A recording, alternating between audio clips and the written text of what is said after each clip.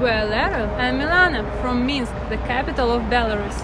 Most of the tourists know our city due to the most famous landmark.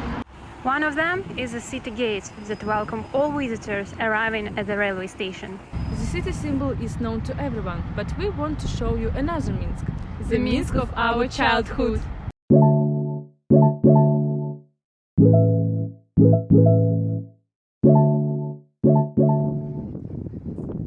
I was born and brought up in the city center, in the area known as Nemiga. Actually, the name of the area comes from the name of the river, now locked in the city underground.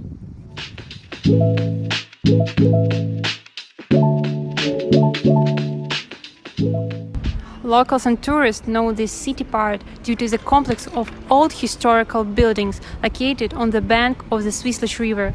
This area is called the Trinity Suburbs.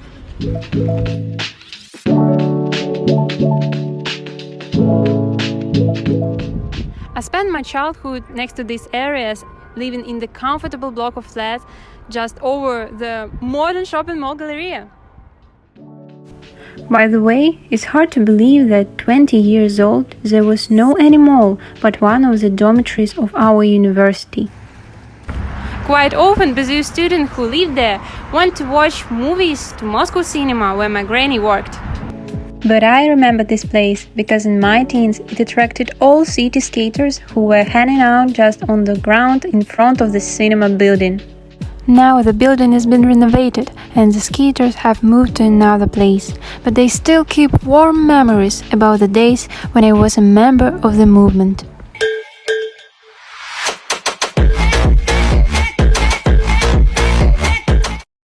Rainy and snowy days when the ground was too sleepy for skateboarding, we spent in McDonald's. Nemiga was lucky to host one of the first restaurants of this chain. Not to leave all our pocket money there and be able to hang out in the warm place, we worked out a very simple life hack. We bought 1 cup of tea for all, which at once turned us into clients of the restaurant, and we could sit there as long as we wanted. That's how the teen life of the city center was. Now, let's move to Malinovka, where Milana spent her childhood. I was born and spent my childhood on the outskirts of Minsk, in the area now close to Malinovka metro station. The name of this area comes from the name of the small village that has been preserved to this day.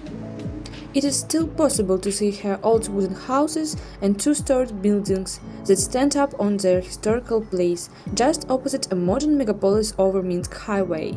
Since this is the outskirts of Minsk, the forest can be reached in 20 minutes.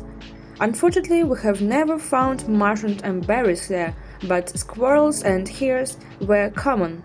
Almost every summer evening, my family and I went for a walk in the fields where corn and shrubs grow. We always took a camera on these small trips. Sometimes, on the fields, we found some old coins of the USSR that were just lying around. When we were too lazy to go to the forest, or another favorite place appeared, Pavlov Park, which called Mukhla by locals. Here we found a sports ground, which was always filled with people, and it was possible to work out only when it started to rain. But today...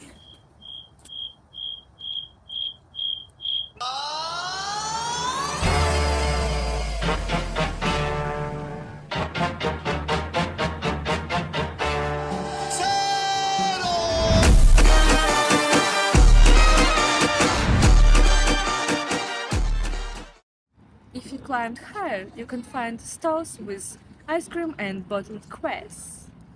I'm proud to notice that a year or so ago, the first country self-service shop was opened in Malinovka, not far from the highway.